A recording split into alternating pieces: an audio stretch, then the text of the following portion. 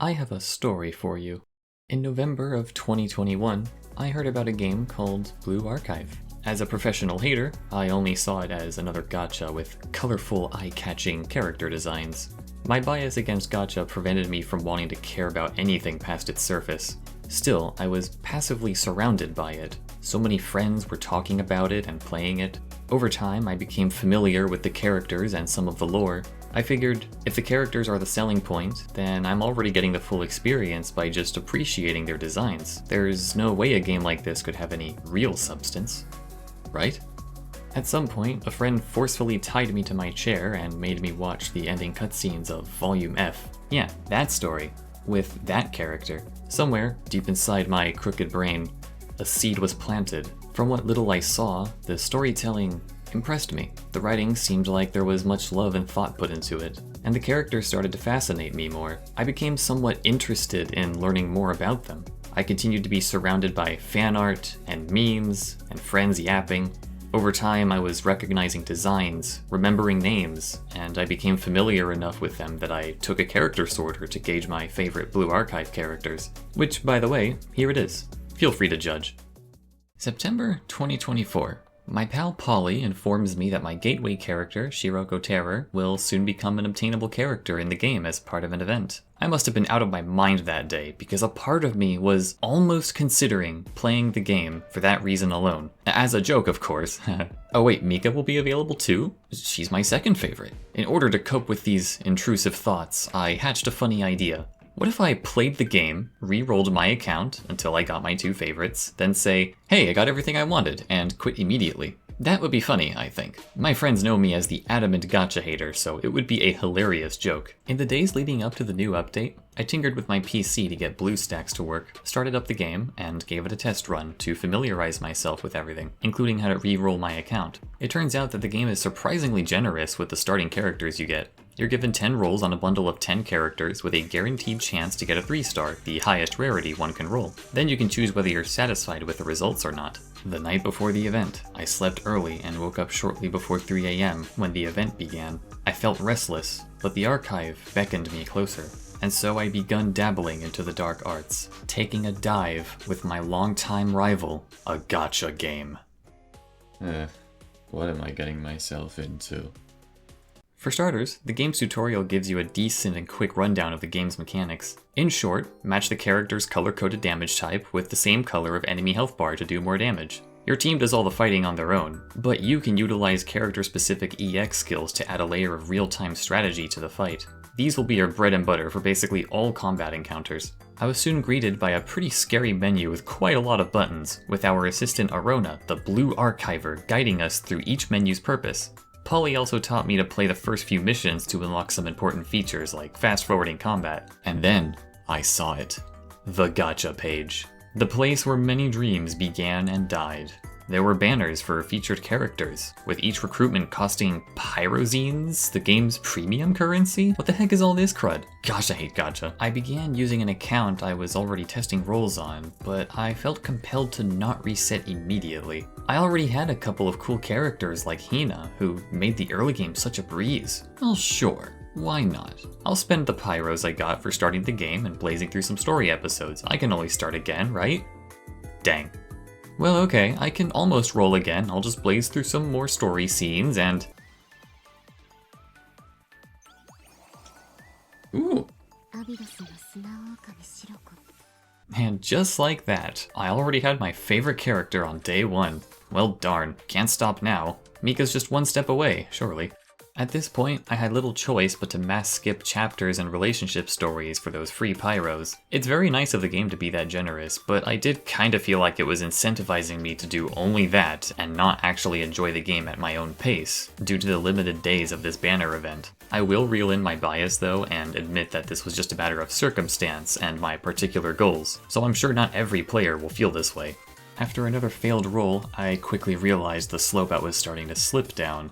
Knowing my luck, I wondered if I'd be stuck here forever. However, there are a couple of lifesavers I noticed. Each banner actually allows you to see the exact rates of all possible characters in the given pool, with the featured student being approximately 0.7% per character rolled. Well, I've hunted for rarer things in Terraria, so how bad can it be? I also noticed that if by some chance you hate yourself enough to get 200 total pulls during an event, you can trade the recruitment points you've amassed to guarantee the character of your choice. Hopefully it wouldn't come to that though. Ignore that I already spent my luck token on getting my favorite character.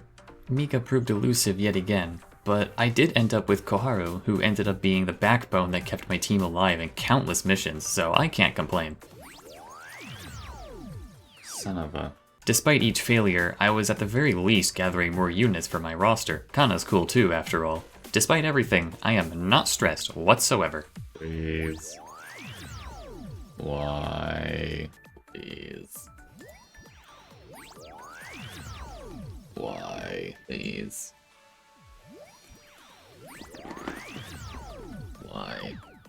Suffering aside, I was at least getting a better feel of how the game works. Even if my favorite unit is supposedly powerful, her blue damage type wasn't quite what I needed against all the early game red enemies. So I was encouraged to think more about the party I was bringing to each mission, which is definitely more thought-provoking than I expected this game to be. In any case, I was sure that my blue damage dealer would serve me quite well if I got far enough into the game. So at this point, it was becoming far too late to turn back and reset. By completing more missions, I eventually unlocked the events menu, which allows me to take on daily tasks in exchange for rewards. Complete enough of them, and you earn enough pyros to pull for another 10 characters, which was just what I needed. You also gain a sum of pyros for doing well enough on groups of missions, which incentivized me to keep training up my units and my account level. Save me, Mika. Gosh darn it. Save me from this RNG heck. Oh, I got 3? I can feel my gacha hatred burning within me. Gosh darn it. Save me, Mika. Why? Save me, Mika. Wow. Between all the tragedies, I made it a habit to log into the game each day when the dailies reset, fulfilling my tasks for a few more pyros before setting aside time to progress missions. I had run out of story chapters to clear for reasons, and my options were slowly becoming more limited. And then, something interesting happened. Oh, nice. What? Come on. Wait, did I just say come on to that? Oh, hold on. I should feel offended. Against all odds, my luck struck in a most peculiar way. I got 2 Hoshinos in my possession, one of which was among the new banner characters, yet I wasn't even pulling for her. I see her either being called Hoshino Battle or Hoshino Armed, but honestly, I think I'd rather call her Hoshino Locked In. With her in tow, that means I had literally every banner character except for Mika. At some point, some promo codes actually released during this event period, meaning I could cash them in for some free rewards, pyros included. That's another pull secured. Will I try one more pull for the stupid gacha character I want? Hate my life. Save me, Mika.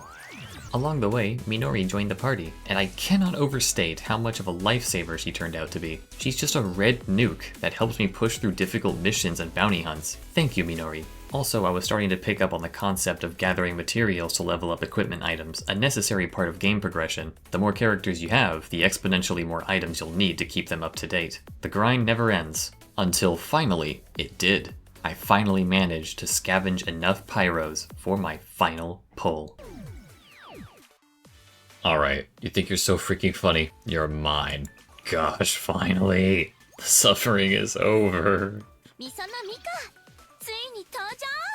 I never need to play this game again. And with that, I accomplished my goal. I had beaten the game. But then again, I had rushed through so much content to get here, and now that I can relax, I can enjoy the story at my own pace. Better yet, I think it would come full circle if I were to personally witness the story that caught my attention in the very beginning. Volume F. There was just one teensy tiny problem. Hieronymus.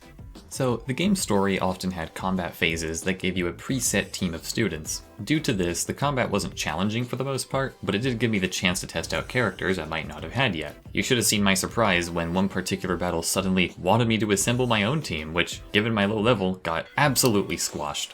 I would later learn that the player character uses their credit card to summon their own squad when the situation is dire. I'm not entirely sure how to feel about that since it doesn't make much sense to me. Maybe it was an excuse to have story combat that actually allows a custom team, but since the first instance of this kind of combat recommended that I be, what is that, level 57? It ended up posing a massive wall for me, and I'm sure it's gatekept other players too. According to some, Hieronymus provided an incentive to actually go explore other aspects of the game and build your team. I suppose that's true. My problem with it mainly stems from my pace of gameplay being interrupted by this obstacle that prevented me from reaching the goal. But I guess that's how video games ought to be, eh? I had plenty of time to think about it and prepare, however. I had my favorite characters. For now, it was time to relax and take in what the game has to offer. Now that I beat the game, I can now start the game.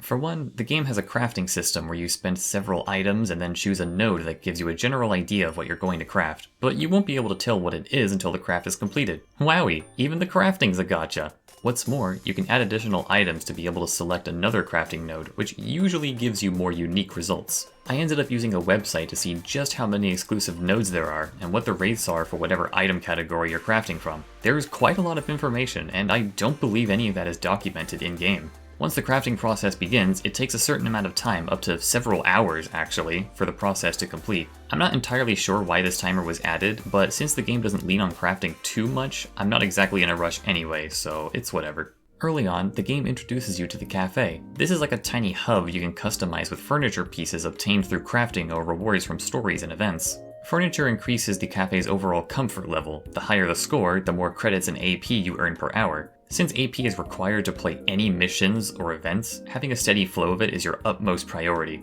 I still think it's kind of weird for this system to exist to discourage playing too much, but evidently, I'm an absolute outsider to these kinds of games, so I digress. Throughout the day, a handful of students visit your cafe, chosen at random. You can also occasionally invite one character that you already have. Characters in your possession can be interacted with or given gifts, which will earn you a few relationship points. When their relationship levels go up, they gain more stats, and you also unlock various relationship stories. These are little slice-of-life stories featuring that particular student, and completing these gives you a small handful of pyros. The best reward, however, are these animated live 2D backgrounds made just for that character. They're often the ultimate reward for investing in the characters you like, and you can also set these backgrounds as your main menu screen, which changes the music and adds a lot of personalization to your home screen. And I have to admit, these screens look so gorgeous. In fact, let me take a moment to appreciate how eye-catching the game's art style is. When I think of a gacha game, I think of unchanging PNGs of all these characters that you gamble for, and the actual gameplay tends to look so uninspired, but that isn't the case here. For starters, even the basic character portraits feel alive. The way they move during cutscenes, the way the portraits have this idle breathing effect, the way their halos float and glow, everything feels like it's in motion. Almost every scene is done in this visual novel style, but it's done in such a way that it almost always stays consistent entertaining. I might have fallen asleep a couple times during the event stories, but maybe that's just depression. As previously mentioned, the live 2Ds are really where the art style shines for me. You can tell how much work was put into these animations, and it feels like a perfect aesthetic reward for a game like this. Additionally, the main gameplay takes place in these 3D environments with all the characters taking on a chibi appearance. Despite being chibi, these models somehow manage to feel detailed and well articulated in their animations. It's quite cute, really. I mean, look at this precious bean. Sometimes it almost feels like the animators have too much time on their hands. Oh. With that out of the way, it's finally time to tackle the story, for real this time. I'm of course not going to go over every plot point because we'd be here forever, and honestly, if you plan on playing this game, it's worth reading for yourself. That being said, spoiler warning. Blue Archive's story is divided into volumes, each consisting of multiple chapters, which therein contain many episodes. A number of them will be locked until you clear other stories, with the final volume requiring just about every volume leading up to it. I like this, as getting acquainted with the many characters in the world has definitely increased my enjoyment and investment in the story. One might expect a lot of silliness from a game like this, and there's plenty of it, but I was not expecting how sudden the tonal shifts could be. There are countless moments where the story takes on serious and darker tones, which made me more engaged with what was happening.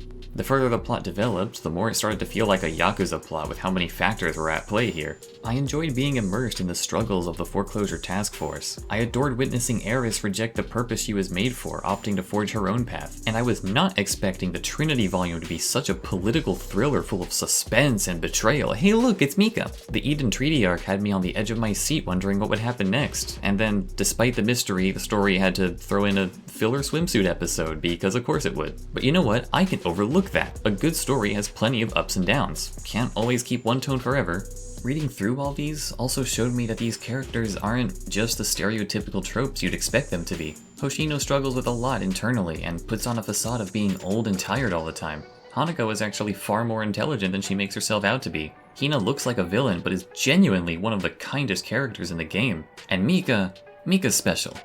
Eventually, I once again ran into Hieronymus, the Gatekeeper. Try as I might, in my current state, I still stood no chance against this boss. Even after snagging a character or two from event quests, it was just a matter of me being underleveled. There was no way I'd reach the level 50s in a reasonable amount of time, but if I could at least get to level 35, I figured, I could unlock a new equipment slot for my party. With that milestone in mind, my goal had been set. I crawled my way up the mission ladder without spending too much AP, as when the weekend hits, a double EXP event would begin. Then, the grind was on. The game actually has a nifty feature called sweeping, allowing you to spend AP on stages you've already mastered in order to instantly get EXP and items without actually playing those stages. This saves an incredible amount of time, and I'm so glad this feature exists. Once I powered my way to level 35, I knew what to do. Gear up my squad and level up their skills. It was time to go to war. As expected, it was a struggle, but I lasted a bit longer against the Gatekeeper before succumbing to the firepower of his infinitely respawning minions. What was really tripping me up here was that the minions were blue enemies while the boss is a red enemy. This mandated bringing a mixed team of damage types, so I wasn't quite sure what combination would work best. All I knew for certain was that as this obstacle consisted of blue enemies, it was finally time for Shiroko Terror to shine.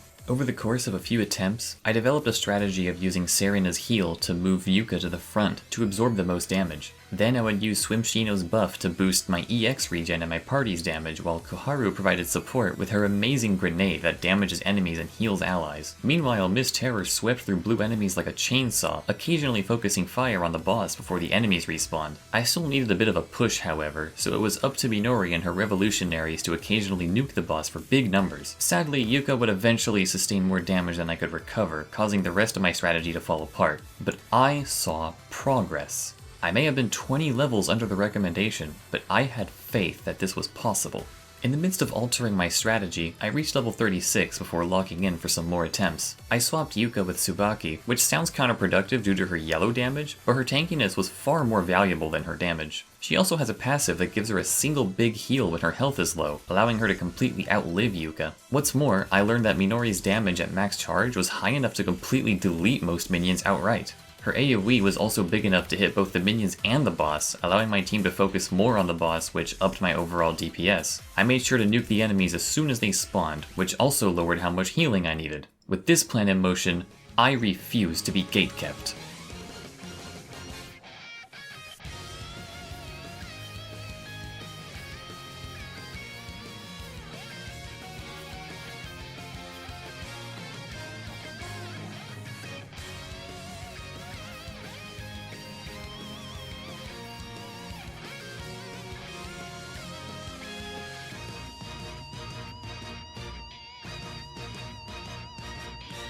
We are so back. That felt great. During that week, a new event opened up, Total Assault. Apparently this is a limited season where you test your strength against a specific raid boss. In this case, it was Perorazilla. What I appreciate about Total Assault is that, despite the limited tries per day, you're allowed to do mock battles against the boss so that you know what you're dealing with beforehand. Clearing the boss earns you coins depending on the difficulty, and your scores will add up to earn you additional rewards. Additionally, Perazilla is a fully blue boss, so you can bet Miss Terror and Hoshino locked in had an absolute field day. Anyway, back to the story. With the Gatekeeper defeated, I was able to read the next chapter and... gosh, I didn't think things would get any more grim. This game has a talent for making you hate certain characters for a while before immediately garnering your sympathy for them when they suffer. They're written like actual nuanced characters with their own motives and struggles. And I got to see more of Mika's character arc too, which just made me appreciate her more. I'd also like to point out that sometimes the game throws in a bit of storytelling through the combat stages too, which completely took me by surprise when I first noticed it. I love that attention to detail. After a chapter about rabbits and police corruption, we have finally made it.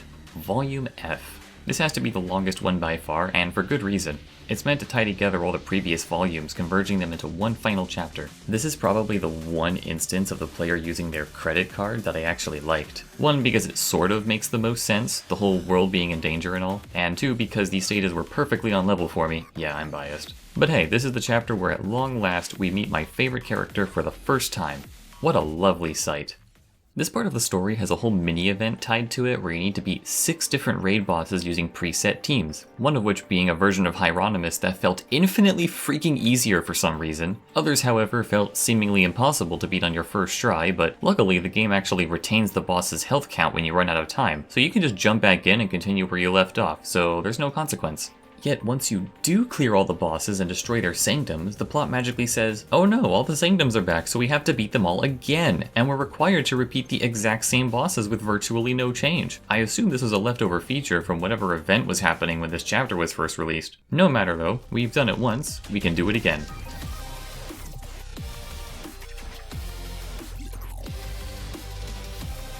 This game's soundtrack is awesome, by the way. It's one of my favorite tropes to see all the characters join together for an epic final mission, different factions putting aside their differences for a greater cause. Even the tutorial boss is here to save us. Even the evil program in Eris's mind manages to reconcile with her and save her friends from certain destruction. Yeah, you go, Eris, you deserve the world. Eventually, we end up boarding the Ark in order to stop the looming threat, kinda like a certain Sonic game. There's a whole conquest event here where we have to take over enough spaces on the board in order to capture entire sections of the Ark. There's also a lot of fights here that were grossly over my level, but luckily they're optional, so I didn't bother, rewards be darned. I was so close to my goal of witnessing the pinnacle of this wonderful story, and I wasn't going to let anything stop me. At last, we have arrived.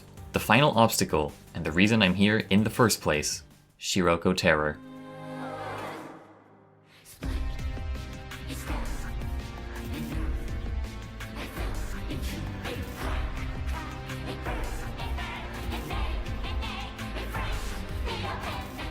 This fight is, hard. I suppose I expected no less from her, but, well, let me explain. This is another one of those credit card bosses. Miss Terror fights alongside Phrenopades, who's essentially an evil player capable of casting huge AoE skills, all of which one-shot my party. Even if I was able to evade one, I couldn't evade the other that seemed to overlap immediately after. I learned that crowd control debuffs can interrupt his attacks, but I didn't have anyone in my lineup who could inflict those. Tsubaki's taunt is supposed to count, but every time I tried it, it kept missing for some reason. I'm not sure if I have to get closer, or if the debuff isn't guaranteed, or if I just wasn't timing it right. So as a result, I had no choice but to focus purely on damage until I inevitably got wiped. Then I'd rejoin the fight and keep throwing myself against a wall. This took like 15 to 20 tries, which got pretty annoying after a while. This would have been literally impossible if the game wasn't nice enough to save the boss HP between attempts. It's pretty bizarre too, because the recommended level was 50, which is quite lower than the Gatekeeper's 57. I was level 37 for reference, by the way.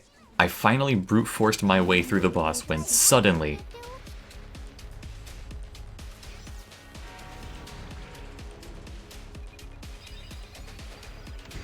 oh no, there's a second phase. In this phase, Evil Sensei casts a shield on Miss Terror. As the shield takes damage, our blue bar pushes against the pink bar at the top of the screen. The battle is won if you can overpower the pink bar all the way to the edge. After a short moment, you'll enter a sort of fever mode, letting you spam as many skills as you desire, which is a cool concept. However, for me, it actually didn't matter, because Phrenopades could do the exact same thing. The guy was literally using his own pyros to power up Shiroko and causing the pink bar to sweep all the way to my side of the screen, causing an instant game over. I was super confused as to what just happened, and I tried the phase again and again with different combinations and trying to maximize my damage as much as possible, but to no avail. It was a DPS check, and I was completely walled off. And since the shield itself has no actual health bar, I couldn't retry the fight without starting at the beginning of phase 2. I tried everything, but if I didn't deal enough damage within the first minute, it was over. As I ran out of options, I started to realize that this would just be a repeat of Hieronymus, forcing me to grind for who knows how many weeks until I can surpass this boss. I felt defeated, and standing right here at the climax of the story, deeply frustrated.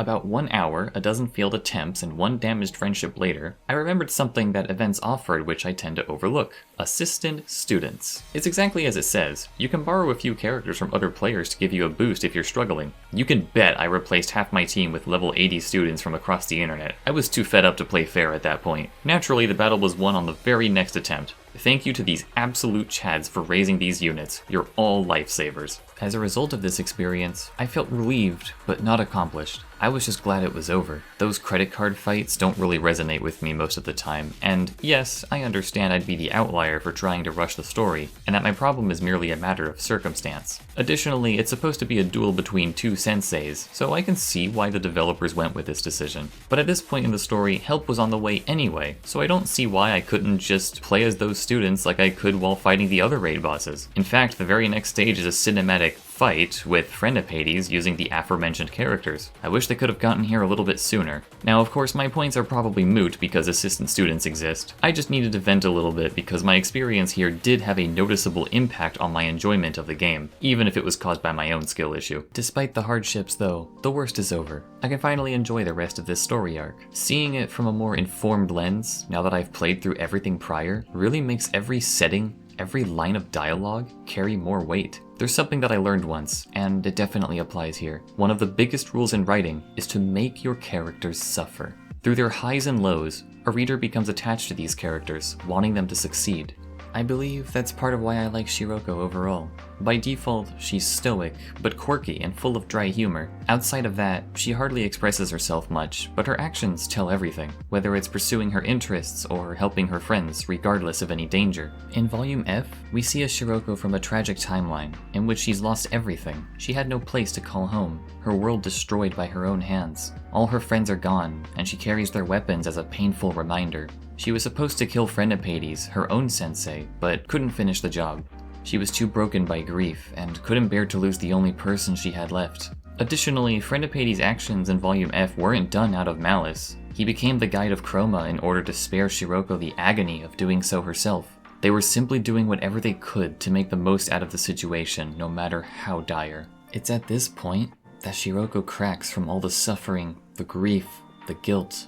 We see a side of her that we never had before, at the end of her rope, crying her heart out in despair, regretting having ever lived. My rambling does not do this scene justice. I could feel every last emotion in her words. They felt so real. I had not felt this much energy from a story in a long, long time. Finally, you heed Friendipades' final wish, to take care of his students. You use your final escape sequence to transport the grieving Shiroko to safety, just before the arc self-destructs. Friendipades, like you, was selfless to the very end.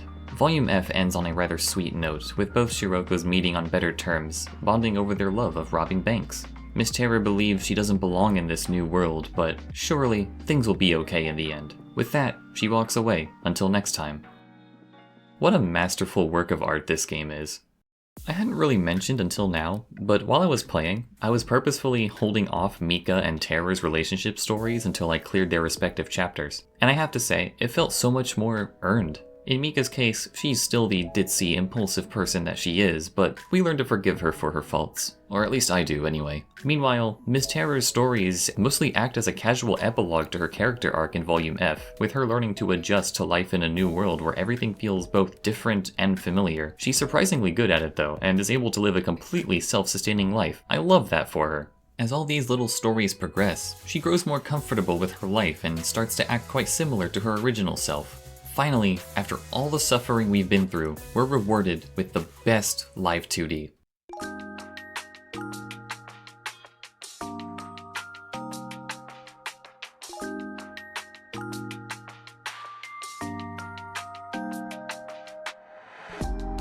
We made it, and I couldn't be happier.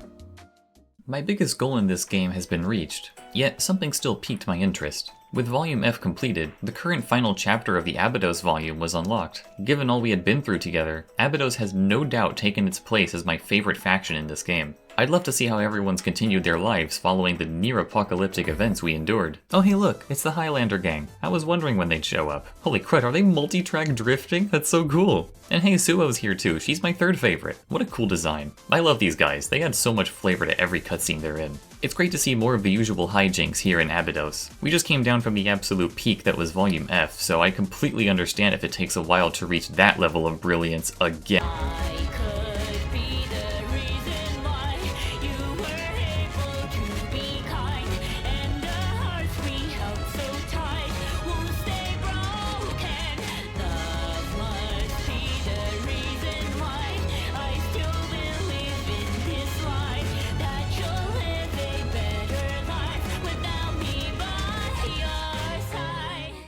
holy frick. This chapter hit a lot different than I expected.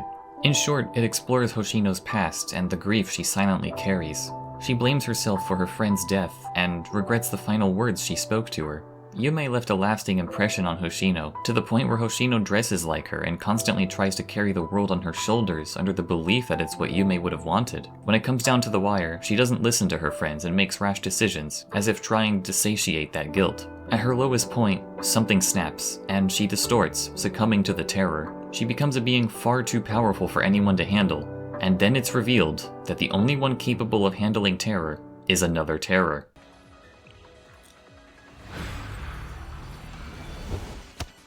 Gosh, I wish I had recorded my cheering. Enter Miss Terror. Her inclusion in the final stretch of this story was done absolutely perfectly. She prevents the original Shiroko from turning to the Chroma in order to deal with Hoshino, knowing full well how destructive it is. She gets to have a cinematic 1v1 with Hoshino as a showcase of how powerful she is. Most importantly, as the Hoshino of Miss Terror's world had long since perished, she's finally given the opportunity to prevent this tragedy from repeating. This is the most poetic way for her to show her mettle, which would no doubt relieve some of her guilt and anguish. It's perfect, and I love that. I love it so much.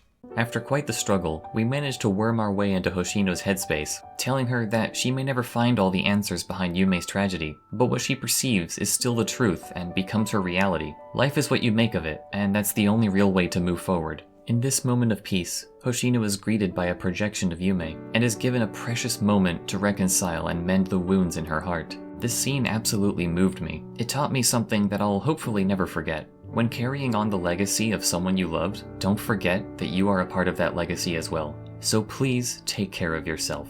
That is such a beautiful takeaway. This story has been such a wonderful ride. I can't wait to see what else is gonna...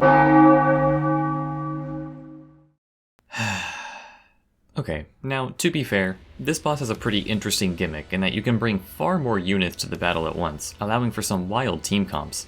But while Set wasn't insta-killing me like the Gatekeeper or Miss Terror did, he had darn near too much health for the amount of time I was given to defeat him. After a couple tries, I almost gave up for the night because Volume F's final battle was still a sore spot for me. But then I thought a little bit more, and I tried again.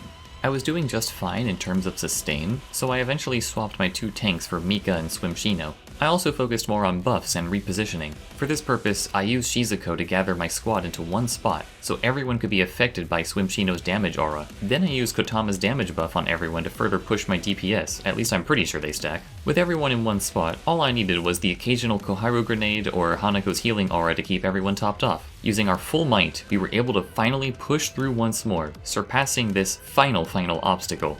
What I find most fitting though, is that Miss Terror and Hoshino locked in were the best units I could bring to this fight. In the end, Hoshino bonded with Miss Terror over their pains. When asked if she would ever be able to let go, Hoshino says she couldn't. All those mementos of the past have become a part of her. However, she realizes that this pain has brought wonderful people into her life, so she will always be looking forward from now on. Shortly thereafter, the underground dweller, the mastermind behind this incident, gets a surprise visit from Miss Terror, who sends him packing far away from here, never to return. Good. Later on, we see her wandering through the desert, finally dropping all of her old friends' weapons, before walking off and disappearing. A wonderful symbolism for finally freeing herself from the shackles of her past. I'm so proud of her. I was almost overcome by a bittersweet feeling if this was truly the last we'd see of her, but at the same time, her arc is just about complete, so I couldn't really ask for much more. However, not a few minutes later, we're blessed by her presence again in the middle of the city. We have a good time catching up, before we end up giving her a cell phone to stay in touch. And that's when it dawned on me. Her relationship stories were canonically after this whole chapter. Miss Terror is here to stay, and honestly, I'm glad. She deserves to be happy. They all do, really. And one last detail, her halo is starting to heal. Blue Archive is a story about life, about tales of everyday strife, a story about youth and loss, and the many friends you come across. This game taught me that in the worst of days, one can always find a way. Your darkest hours will feel unforgiving, but life is always worth living. It sounds cliche, but to me it's true, and I'll keep this view my whole life through. Now, I can't believe what I'm about to say. Gacha bad, but this one is worth the time of day. Throughout most of this journey, I kept telling myself that this would be a funny joke. But at this point, I'm not sure if it's a joke anymore. I achieved everything I wanted thus far. Getting my favorite characters, and reading my favorite parts of the story, no matter the obstacle. Yet I think I'm going to keep playing. There are many aspects of this game I haven't mentioned or experienced yet, and several new stories await me. I don't think I'll play as intensively now, but doing my dailies is much easier than, say, the dailies in freaking MapleStory. It would do me well to save up Pyros, as characters like Kisaki and Ryo are on the way, and I'd love to have them. I just wish this game wasn't a gacha. I know that sounds sudden, but part of the reason I dislike this genre is that these characters deserve better. Especially in this game, they are well written and wonderfully designed. I think they deserve to be treated as more than just trophies to gamble for. One could argue that the story certainly does these characters justice, but at the same time, the entire point of a gacha is to sell these characters to you, quite literally. I won't be too vindictive though. It's clear as day that the writers and designers poured lots of passion into their work, and I'm thankful for that. While the genre is predatory by nature, this game is at least generous with handing out premium currency at every turn. I wouldn't have been able to get my foot in the door otherwise. Sure, a free-to-play gacha will likely generate far more revenue than a normal, paid game, but I genuinely think Blue Archive as a series would benefit from expanding in that direction. If they managed to produce a proper PC game, I would buy it. To me, that's saying something, because I don't intend to spend money on a gacha. But what do I know? I recognize that I'm an outsider looking in. I could talk about this all day, but I think I've yapped long enough. I hope you managed to find something that makes you happy today. Please make Suo playable.